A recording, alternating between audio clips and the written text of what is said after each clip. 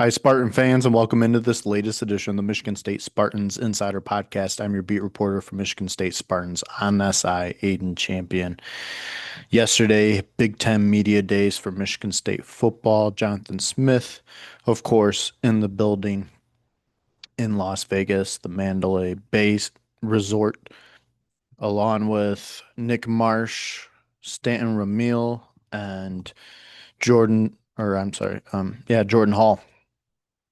And a lot was discussed, of course, a lot to unravel, especially for this Michigan State team that, comes off a 5-7 season. Jonathan Smith now settled in, has a year under his belt coaching this team, now enters year two, returns a lot of key guys.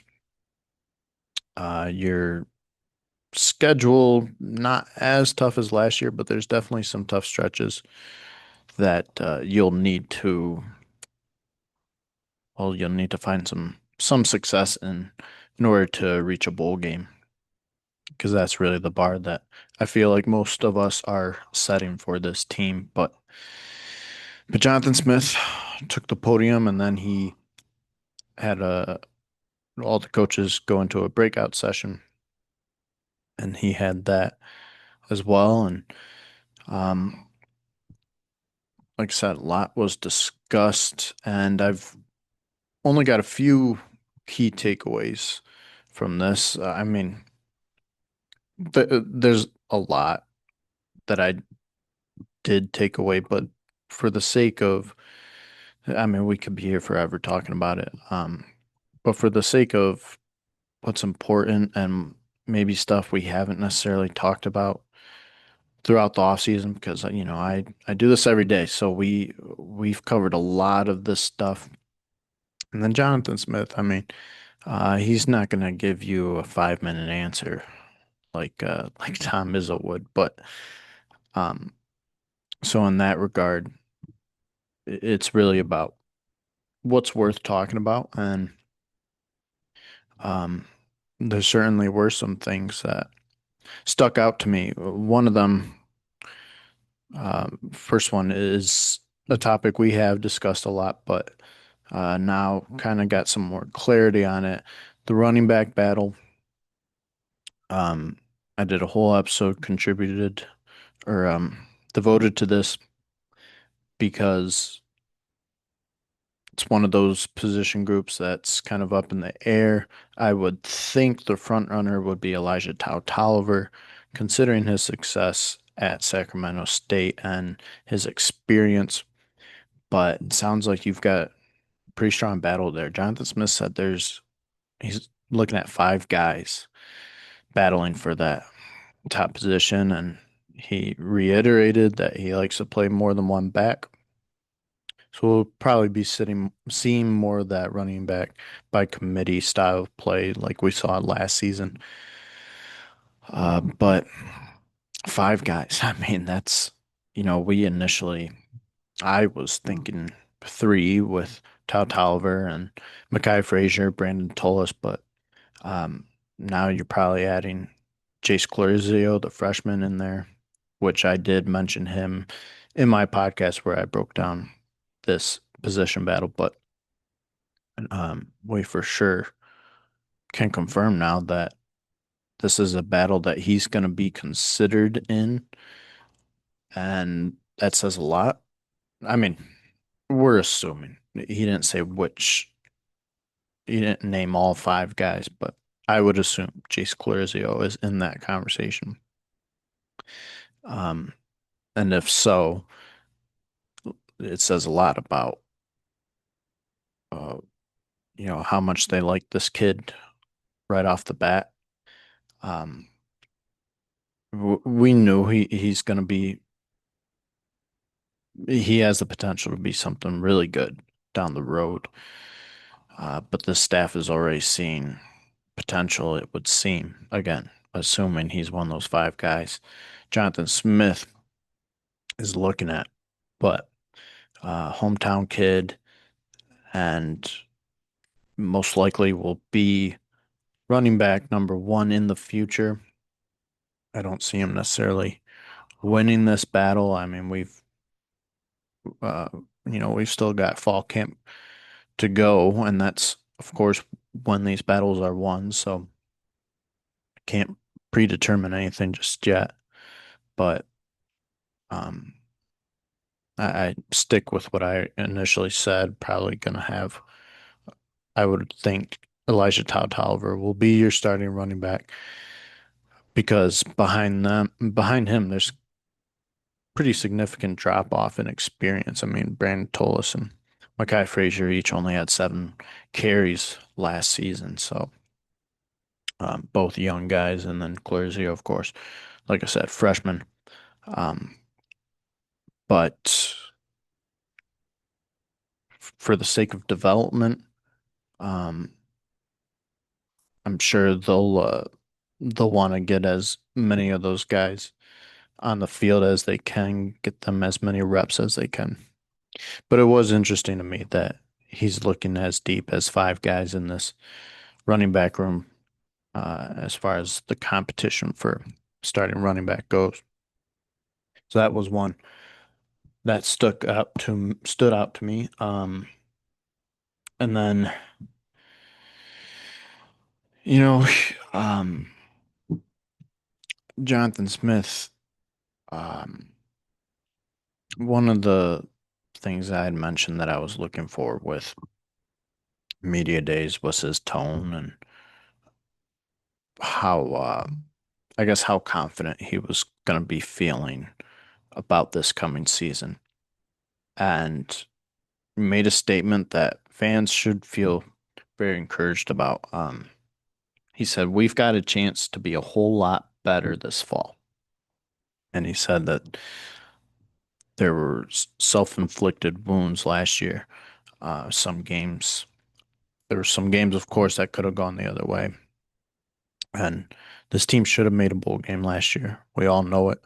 Um, and was just a game away from doing so. Could have won at least a couple more. But it was those self-inflicted wounds that Smith mentioned. And, um, you were a team that faced a lot of turnover in the offseason, both on the roster and on the coaching staff. Uh, first time, the first year full time starting quarterback with Aidan Childs, there was a lot that you had to work with that was new.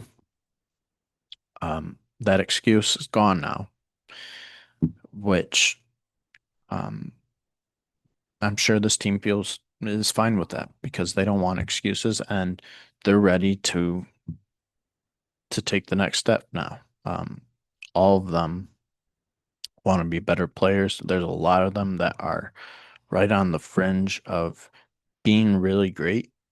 Aiden Childs being one of them, Nick Marsh, Jack Velling, some guys on defense too.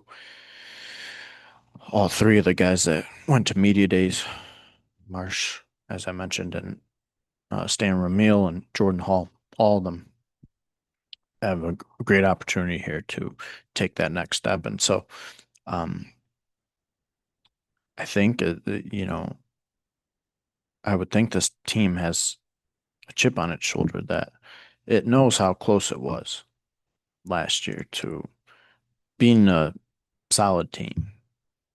And there's a big difference between how you're viewed at 5-7 and 7-5. Heck, even between 5-7, 6-6.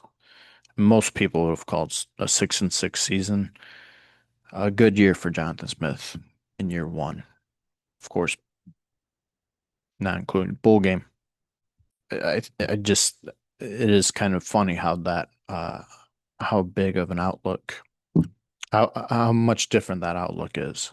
Because obviously Michigan State is being overlooked this offseason, and had they gone 6-6 and made a bowl game last year, I think a lot of people are looking at this team a lot differently. You're looking at them as one of the risers in the Big Ten, and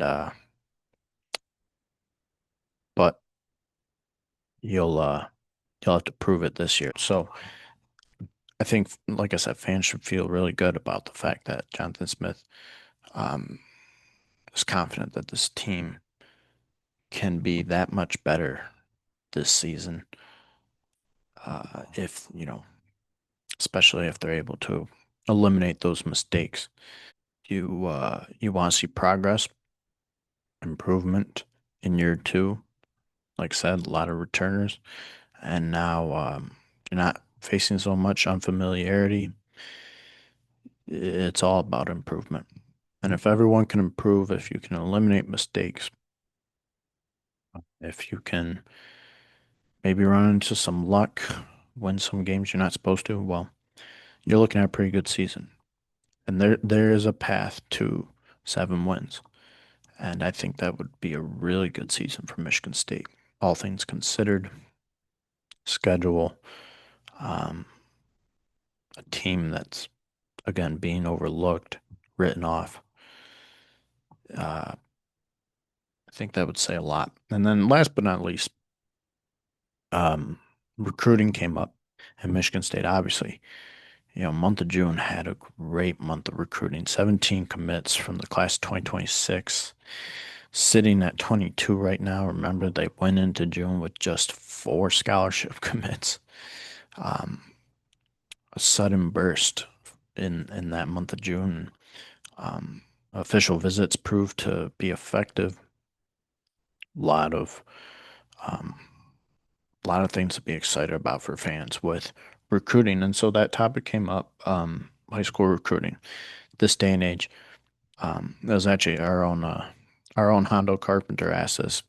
I wasn't there, but Hondo was and asked Jonathan Smith basically uh, how much significance is still there still is for high school recruiting in this day and age with the transfer portal. Because you do have programs that, whether they say it or not, we're probably more reliant on the transfer portal now than high school recruiting. And Jonathan Smith, he still plays.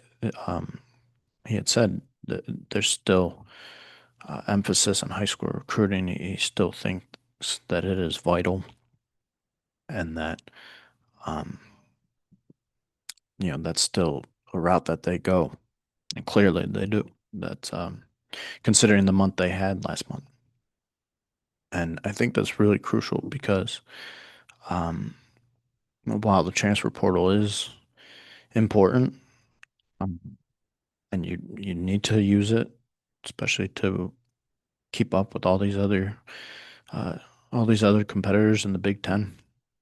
Still got to use it, but the high school ranks um, still super important because you take a guy like Nick Marsh, for example, uh, had a really promising freshman year, probably better than most had anticipated. I know a lot of people knew he was going to be something, maybe just not as soon as his first year.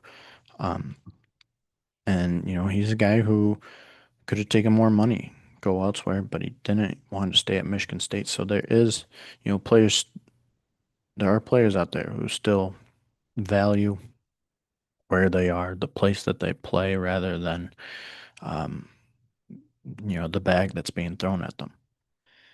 And when you look at it that way, yeah, there's a whole lot of importance still with high school recruiting, and just the fact that there's also something to be said about homegrown talent, developing a kid from year one to year 3 or 4, that you won't get from a transfer. Um, Sometimes it doesn't click automatically, coming over from a new school to a new school to a new system, new coaching staff. Um, there's there's a benefit to familiarity, to being developed by the same coaches, growing within the same system. And that's something that's something Jonathan Smith has found success in, is developing players and his staff as well. So I definitely think that's important that Michigan State, Jonathan Smith and his staff are still stressing that. And I think a lot of other coaches are too. I don't think that's anything abnormal. Um, but for those who may fear that we're getting away from the importance of high school recruiting, I wouldn't be concerned about it. Not just with Michigan State, but in college football in general. I think college athletics in general. I think it's something that's still heavily emphasized, and there is value to it, very much so. But those were the main things that really stood out to me. Um, and I think that this team is excited, ready to get going. You've team reports on Monday, and then practice begins Tuesday for fall camp. So we are we're all but there, just days away now. So thank you all for tuning in. Really appreciate your engagement. Go ahead and watch those videos that we were able to take from Big Ten Media Days. Uh, you can find them on Michigan State Spartans on SI. We'll be bring you stories from that as well. Some good stories to tell. Um, and and yeah, we've got a lot of coverage from it. So go ahead and follow along with all of it. Uh, as always, appreciate you guys tuning in and supporting us, and we love being able to provide you with your Michigan State football, basketball, hockey, all that coverage. We love doing it. We appreciate you coming to us um, to consume that content. Hope you all have had a great week, and I hope you have an awesome weekend. Thanks, guys.